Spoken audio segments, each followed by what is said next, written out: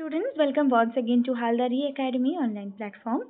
আমরা আমাদের আগের ক্লাসগুলোতে ক্লাস 9 এর ফার্স্ট চ্যাপ্টার এবং সেকেন্ড চ্যাপ্টার শেষ করে ফেলেছি এবং সেখানের অ্যাক্টিভিটিস গ্রামারগুলো কমপ্লিট করেছি। আজকে আমরা আগের দিন যে ক্লাসে তোমাদের অ্যাক্টিভ প্যাসিভের কনসেপ্ট দিয়েছিলাম সেটার বেশ কিছু প্রশ্ন এখানে দেওয়া আছে, সেগুলো আমরা সলভ করব। তো dear students, I hope you remember active and passive. তোমাদের আগের ক্লাসটা নিশ্চয়ই তোমরা দেখেছো এবং তোমাদের কাছে অ্যাক্টিভ প্যাসিভের আইডিয়াটা বেশ কিছুটা ক্লিয়ার হয়েছে। তো আজকেও আমরা এক্সপ্লেন করব আনসারগুলো এবং তোমরা একটু মনোযোগ সহকারে দেখবে কিভাবে অ্যাক্টিভ থেকে প্যাসিভ এবং প্যাসিভ থেকে অ্যাক্টিভ হচ্ছে আর টেন্সগুলো কিভাবে পরিবর্তিত হচ্ছে। তাহলে চলো দেখে নিই কি কি কোয়েশ্চেন্স রয়েছে। In the following sentences, নিম্নলিখিত যে বাক্যগুলো রয়েছে, underline the verb form which show, যেটা মানে তোমাকে সেই verb ফর্মগুলোকে আন্ডারলাইন করতে হবে যেটা কিনা দেখায় the person denoted by the subject does something, যে ব্যক্তি সাবজেক্ট হিসেবে রয়েছে তিনি কাজটা সরাসরি করছেন কি না। Circle the verb forms which show that something is done to the subject, আর সেটাকে সার্কেল করতে হবে সেই ভার্বটাকে যেটা কিনা করা হচ্ছে সাবজেক্টের ওপরে কোনো ক্রিয়া করা হচ্ছে। একটা ক্রিয়া যেটা কর্তা নিজেই করছে, আরেকটা ক্রিয়া যেটা কর্তার ওপরে বর্তানো হচ্ছে আর কি। তো তোমরা ডেফিনেশন থেকে যতটা না বুঝতে পারবে, চলো আগে আমরা সেন্টেন্সগুলো একটুখানি একটার পর একটা এক্সপ্লেন করে নিই, তাহলেই তোমরা কিন্তু বুঝে যাবে। তাহলে দেখো ফার্স্ট সেন্টেন্সটা কি রয়েছে, she has sung a song। এখানে কর্তাকে অবশ্যই সি, তাহলে কর্তা নিজেই গান গেয়েছে। she has sung a song, তাহলে কর্তা এখানে নিজে কাজটা করছে, কর্তার দ্বারা কিছু করা হচ্ছে না, কর্তা নিজেই করছে, তাহলে এটা হচ্ছে অ্যাক্টিভ। কেমন? নেক্সট সেন্টেন্স, তাহলে এখানে আমরা কি করতে বলেছে দেখো, যে আন্ডারলাইন করতে বলেছে যখন কর্তা নিজেই কাজটা করছে, তাহলে আমরা এটা আন্ডারলাইন করে দিই এইভাবে। নেক্সট সেন্টেন্স কি রয়েছে, a song has been sung by her. তাহলে দেখো এখানে কর্তাকে আ সং, তাহলে সং যদি কর্তা হয় তাহলে সং নিজে নিজে কিছু করছে না, মেন কর্তাকে না হার, প্রকৃত যে সাবজেক্ট সে হচ্ছে হার, তাহলে এখানে সাবজেক্টের ওপরে এই কাজটার দায়িত্ব আরোপ করা হচ্ছে, সেটা কি না গান গাওয়ার কাজ। সুতরাং এইখানে কিন্তু এই ভার্বটা প্যাসিভ ভার্ব, তাহলে এখানে আমরা কি করতে পারি, হ্যাজ বিন সাংকে আমরা রাউন্ড করে দেবো, কারণ এখানে সার্কেল করতে বলেছে। আর আরও একবার আমি তোমাদেরকে একটা জিনিস আগের ক্লাসেও বলেছি, এই ক্লাসেও বলছি, যে প্যাসিভ হতে গেলে একটা কম্বিনেশন লাগে, সেটা কি কম্বিনেশন বলো তো, বি ভার্ব প্লাস ভার্বের থার্ড ফর্ম। এই যে কম্বিনেশনটা দেখো এখানে রয়েছে, এই যে বিন প্লাস সাং মানে কি বি ভার্ব প্লাস ভার্বের মানে সিং, সিং হচ্ছে প্রেজেন্ট ফর্ম, স্যাং হচ্ছে পাস্ট ফর্ম, আর সাং হচ্ছে পাস্ট পার্টিসিপল ফর্ম। তাহলে এইভাবে be verb plus V3 form of ভার্বের কম্বিনেশন হলেই কিন্তু সেটা প্যাসিভ হয়। কেমন? এবার চলো আবার নেক্সট সেন্টেন্স দেখে নিই। He will draw a picture, এখানে সাবজেক্ট কি হি, সে সাবজেক্ট নিজেই কাজটা করছে, ঠিক আছে, সেটা হচ্ছে উইল ড্র, তাহলে এটা আমরা আন্ডারলাইন করব। হ্যাঁ, আর পরের সেন্টেন্সটা, a picture will be drawn by him, মানে কি সাবজেক্টের ওপরে এই কাজটার যে মানে এই কাজটা আরোপ করা হয়েছে। হ্যাঁ, সাবজেক্ট নিজে কোনো কাজ করছে না, পিকচার নিজে নিজে ড্র হতে পারে না, পিকচারকে ড্র করা হচ্ছে, তাহলে এই যে উইল বি ড্রন এইটা হচ্ছে প্যাসিভ। আবারও দেখো এই বি প্লাস V3 এর কম্বিনেশন, যেটা আমি তোমাদের বারবার বলছি যে বি ভার্ব রয়েছে প্লাস ড্রন রয়েছে, তাহলে বি প্লাস V3 এই কম্বিনেশনটা অবশ্যই তোমরা কিন্তু নোটিস করবে যখনই কোনো প্যাসিভ সেন্টেন্স হবে। The verb forms that you have underlined are in active voice, যে আন্ডারলাইন করেছো তোমরা যে ভার্বগুলো সেটা অ্যাক্টিভ ভয়েসে রয়েছে, আর কি the verb forms you have circled are in passive voice, যেগুলোকে সার্কেল করেছো সেগুলো হচ্ছে প্যাসিভ। এটা আন্ডারলাইন, এটা সার্কেল, এটা আন্ডারলাইন আর এটা সার্কেল। ওকে, এভাবে অ্যাক্টিভ প্যাসিভ হয়েছে। The active voice is the form of a verb which shows that the person denoted by the subject does something. একই কথাই লেখা রয়েছে, রিপিট করা আছে, যে একটাতে কর্তা নিজেই কাজ করে, আরেকটাতে কর্তার ওপরে কোনো কাজ চাপিয়ে দেওয়া হয়। ওকে, সো সেইটা মানে কর্তার ওপরে কোনো কাজের মানে কাজকে আরোপ করা হয়, সেইটা হচ্ছে তোমার প্যাসিভ। তো চলো এরপরে এক্সারসাইজ 5-এ চলে যাব। Change the voice of the following sentences. এইবারে তোমাকে ভয়েস চেঞ্জ করতে হবে নিম্নলিখিত বাক্যগুলোর। দেখো, প্রথমে ভয়েস চেঞ্জ করতে গেলেই তোমাকে আগে দেখে নিতে হবে যে সেন্টেন্সটা অ্যাক্টিভে রয়েছে না প্যাসিভে রয়েছে। মানে তোমাকে সবার আগে খুঁজতে হবে সেন্টেন্সের মধ্যে কোনো বি ভার্ব প্লাস V3 এই কম্বিনেশন উপস্থিত আছে কিনা। যদি এই কম্বিনেশন উপস্থিত থাকে তাহলে সেটা নির্দ্বিধায় হবে প্যাসিভ, আর যদি এই কম্বিনেশন না থাকে তাহলে সেটা অবশ্যই হবে অ্যাক্টিভ। তাহলে আমরা দেখে নেব যে বি ভার্ব, মানে আবারও বলছি তোমাদেরকে, আমি আগেও বলেছি, অ্যাম, ইজ, আর অথবা ওয়াজ অথবা ওয়্যার অথবা বি ভার্বের যে কোনো একটা ফর্ম, মানে বি অথবা বিং অথবা বিন। এই যে 1 2 3 4 5 6 7 8, এই যে 8টা বি ভার্বের যে কোনো একটা ফর্ম প্রেজেন্ট থাকবে, সাথে সাথে মেন যে ভার্ব তার V3 ফর্ম থাকবে। এটাই হচ্ছে প্যাসিভ করার রাইট কম্বিনেশন। তাহলে তোমরা আগে খুঁজে নেবে সেন্টেন্সটার মধ্যে বি ভার্ব প্লাস V3 কম্বিনেশনটা আছে কিনা। তা দেখো, প্রথম যে সেন্টেন্সটা কি আছে, নীলা হ্যাজ বট আ বুক। তো এখানে হ্যাজ আছে প্লাস V3 আছে, কিন্তু আমরা এখানে যদি প্যাসিভ হতো তাহলে বিন প্লাস V3, বি ভার্বের একটা ফর্ম প্লাস V3 পেতাম, কিন্তু সেটা তো নেই। তাহলে বুঝে নিতে হবে এটা অ্যাক্টিভ। আবার কনস্ট্রাকশন দেখেও যেমন বুঝতে পারবো, সেন্স দেখেও বুঝতে পারবো। নীলা এখানে সাবজেক্ট, নীলা নিজে নিজেই কিন্তু বইটা কিনেছে, তাহলে নীলা এই কাজটা সরাসরি করছে, সুতরাং এটা অ্যাক্টিভ। তাহলে এটাকে আমরা প্যাসিভ কি করে করব না, অ্যাক্টিভ থেকে প্যাসিভ করতে গেলে তোমরা কি করবে, আগে সাবজেক্ট দেখে নেবে, তারপরে ভার্ব, তারপরে দেখো সাবজেক্ট যেটা নীলা, ভার্ব হ্যাজ বট, আর কি কিনেছে না আ বুক। তাহলে আমরা জানি ভার্বকে এই এখানে যেমন ভার্ব হ্যাজ বট, এই ভার্বকে হুম অথবা হোয়াট, হ্যাঁ, এইটা দিয়ে প্রশ্ন করলে যে উত্তরটা আমরা পাই সেটা হয়ে যায় কি, অবজেক্ট। তাহলে নীলা একটি বই কিনেছে, তাহলে নীলা কি কিনেছে, দেখো হোয়াট দিয়ে প্রশ্ন করলাম, আনসার পেলাম আ বুক, তাহলে এইটা হচ্ছে অবজেক্ট। এইভাবে কিন্তু তোমরা অবজেক্ট ফাইন্ড আউট করবে। এবার অ্যাক্টিভ থেকে প্যাসিভে করতে গেলে আমাকে কি করতে হবে, ফার্স্টে অবজেক্ট যেটা সেটা সাবজেক্ট হয়ে যাবে, যেমন আ বুক, এটা করে দিলাম, নিশ্চয়ই তোমাদের কোনো প্রবলেম নেই এই অবধি। এবার দেখতে হবে ভার্বটা কি রয়েছে, হ্যাজ আছে মানে তাহলে একটা বি ভার্ব তো লাগবেই, সুতরাং হ্যাজ আছে মানে হ্যাজই রাখবো, এখানে হ্যাড ফ্যাড কিচ্ছু দেবে না। মনে রাখবে ভয়েস চেঞ্জে কিন্তু কোনো রকম মেন ভার্বের কোনো পরিবর্তন হয় না, সেটা হয় ন্যারেশন চেঞ্জে। তোমরা কিন্তু প্রায়শই এটা নিয়ে খুব কনফিউজড থাকো, হ্যাজকে হ্যাড করে দাও, আর অনেক সময় এগুলো চেঞ্জগুলোকে মানে খুব ইনকারেক্টলি করতে থাকো, তো সেটা করবে না অবশ্যই।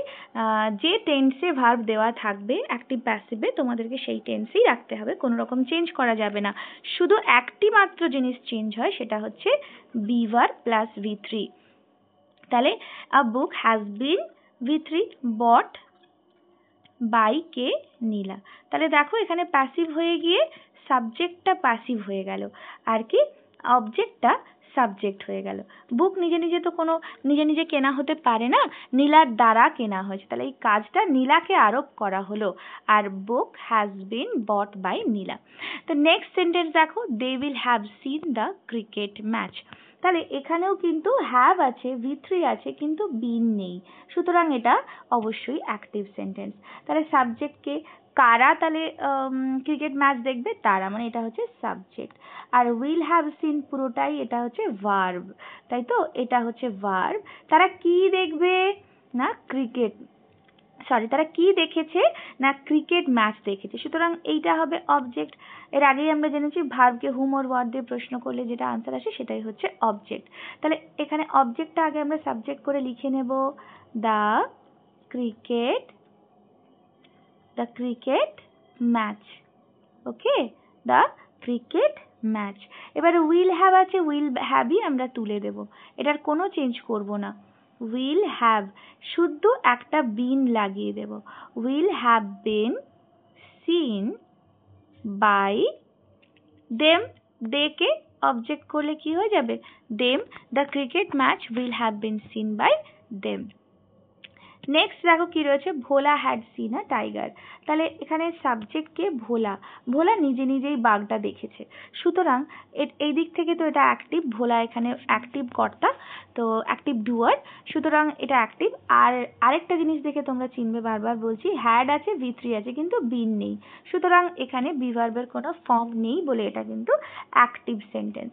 এবারে Bhola subject, had seen verb, a tiger object. তাহলে আমরা অবজেক্টটাকে সাবজেক্ট করে দেব আ টাইগার।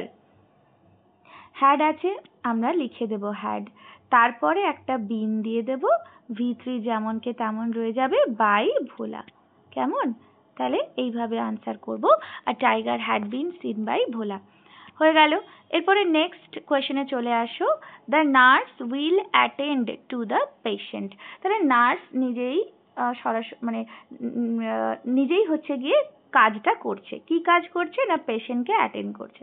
তাহলে ডুয়ার সাবজেক্ট যদি অ্যাক্টিভ ডুয়ার হয় তাহলে সেটা অ্যাক্টিভ সেন্টেন্স, আর এখানে উইলের সাথে কোনো বিফি নেই, সুতরাং বি ভার্বের কোনো ফর্ম নেই, মানেই এটা অ্যাক্টিভ সেন্টেন্স। আমি বারবার এই কারণে তোমাদেরকে বলছি, কারণ যাতে এই জিনিসটা তোমরা না ভুলে যাও যে দুটো জিনিস, এক হচ্ছে কর্তা নিজেই কাজটা করছে কিনা সেটা লক্ষ্য রাখা, আরেক হচ্ছে বি প্লাস V3 কম্বিনেশন আছে কিনা সেটা লক্ষ্য রাখা।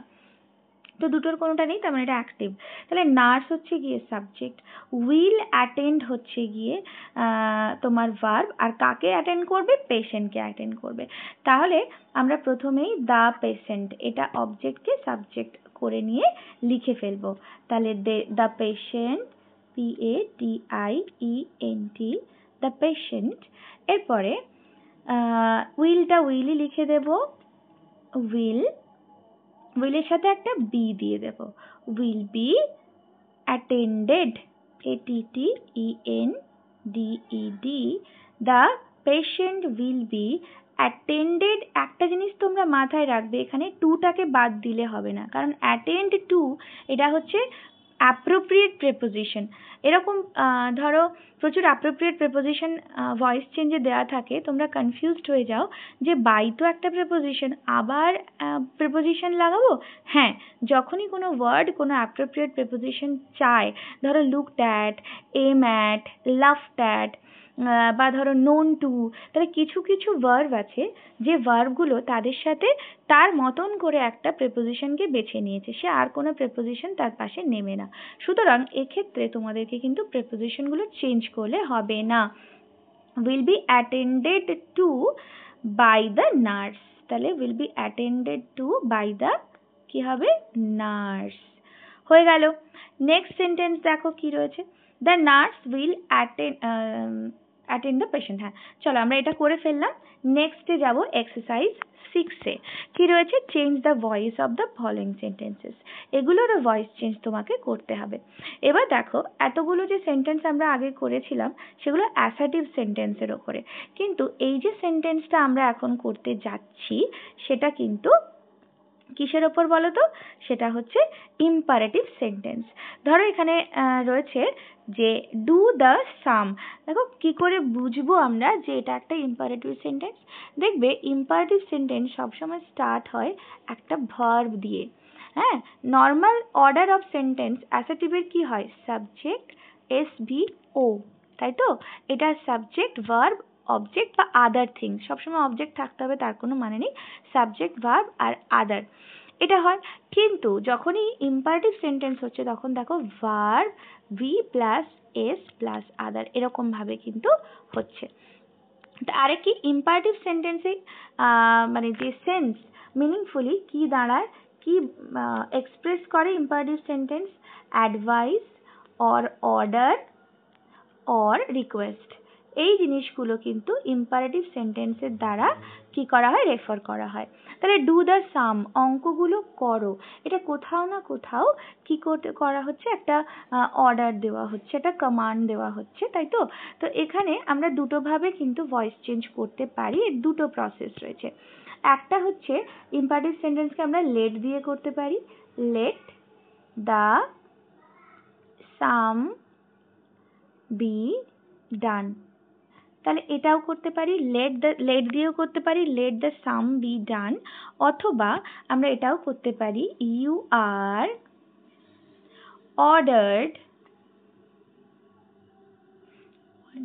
ordered to do the sum. You are ordered to do the sum.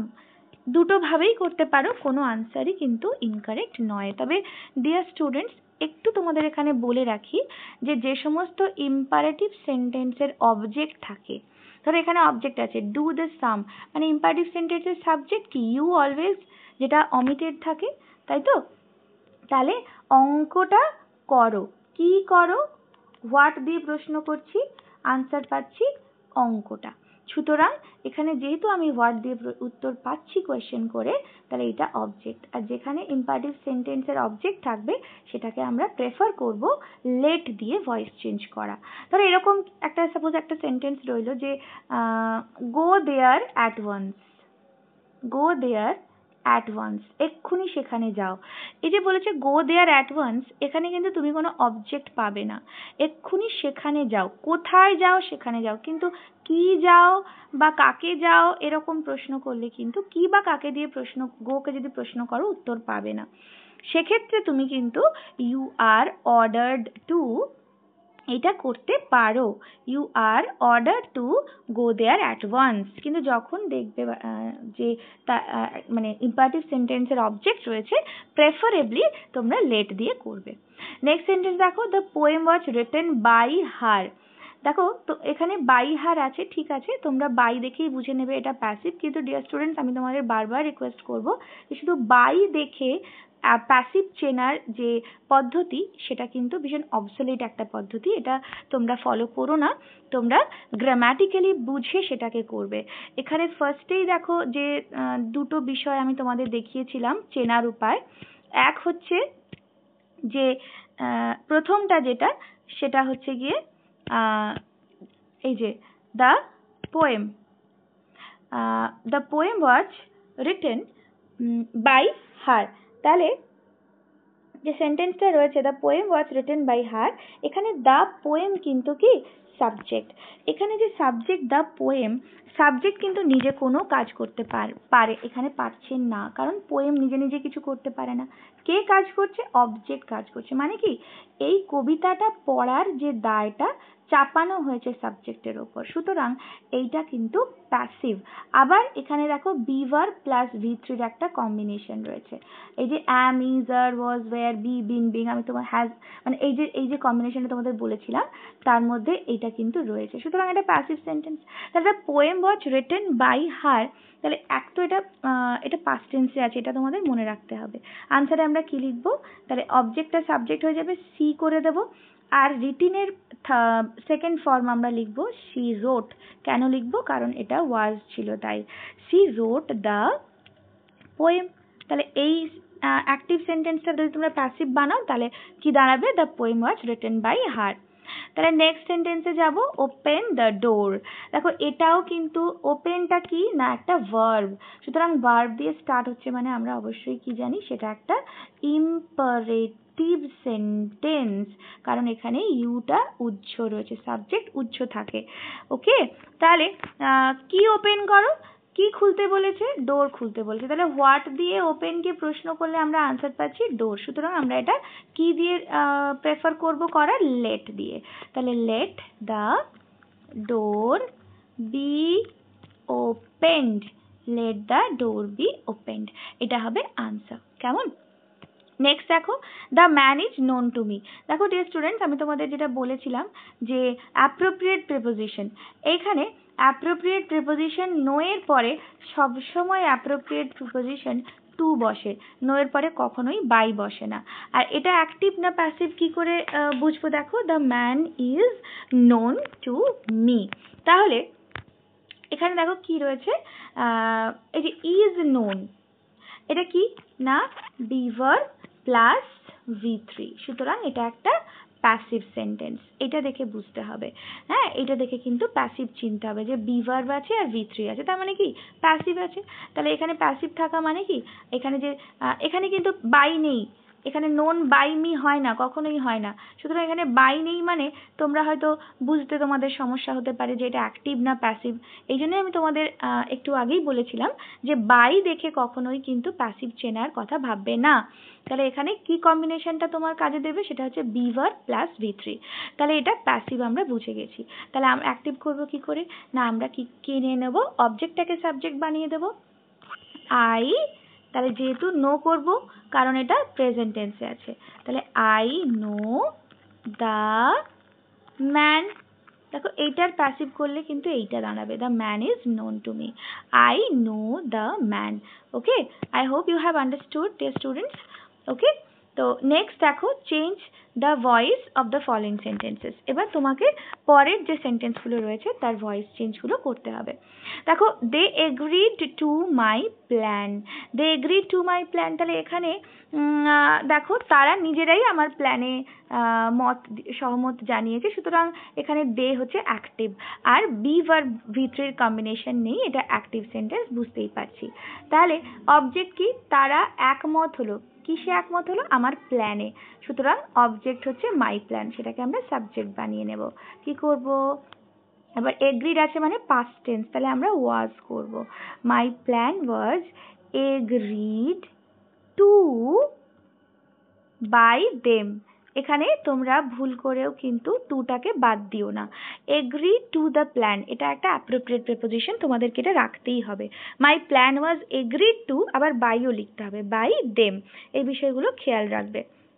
Next, my brother lost my favourite pen, আমার ভাই হারিয়ে দিয়েছে আমার সব থেকে ফেভারিট প্রিয় যে পেনটা। তাহলে আমার ভাই নিজে নিজেই কাজটা করেছে, সুতরাং আর এখানে বি ভার্বও নেই, বি প্লাস V3 এর কম্বিনেশনও নেই, সুতরাং এটা একটা কি active sentence.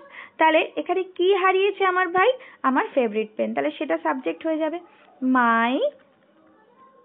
My favourite pen was lost by my brother, by my brother, my favorite pen was lost by my brother.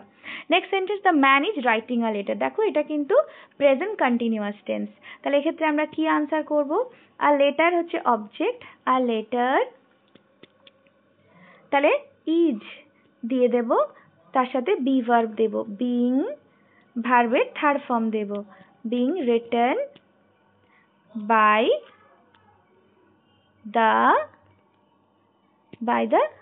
man, তাই তো, by the man, তাহলে the letter is being written by the man.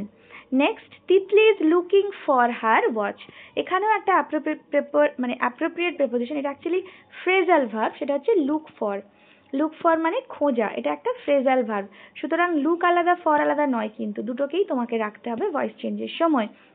তাহলে কি লিখবো, হার ওয়াচটা হচ্ছে আমার object, তাহলে হার ওয়াচটা দিয়ে দিই, হার ওয়াচ ইজ বিং তো দিতে হবে আইএনজির জন্য, ইজ বিং লুকড, V3 দিতে হবে, ফরটা রাখতে হবে, লুকড ফর বাই তিতলি।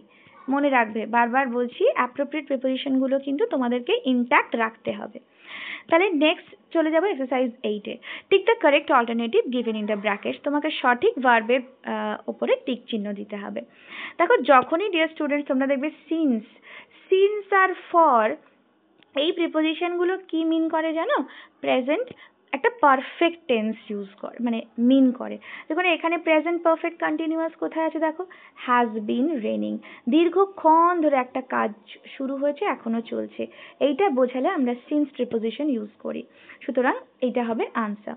আচ্ছা, এরপরে দেখো last Sunday, last Monday, last week, last month, যে কোনো কিছুর সাথে লাস্ট অ্যাড হয়ে গেলেই মনে রাখবে সেটা সিম্পল প্রেজেন্ট টেন্স হবে, সেটা সিম্পল প্রেজেন্ট টেন্স বা প্রেজেন্ট ইনডেফিনাইট টেন্স, এই লাস্ট শব্দটা যখনই থাকবে। নেক্সট হচ্ছে I will be, was, am in class 10 next year, পরের বছর আমি ক্লাস 10 হয়ে যাচ্ছি, তাহলে অবশ্যই এটা ভবিষ্যতের কথা বলছে, উইল বি। নেক্সট হচ্ছে Rina have reached, had reached home just now, তাহলে জাস্ট নাও কথাটা যখনই থাকছে মানে কি কাজটা সবে মাত্র হয়েছে, তার ফল এখনো বর্তমান রয়েছে, সেক্ষেত্রে আমরা কি টেন্স ইউজ করব, প্রেজেন্ট পারফেক্ট টেন্স।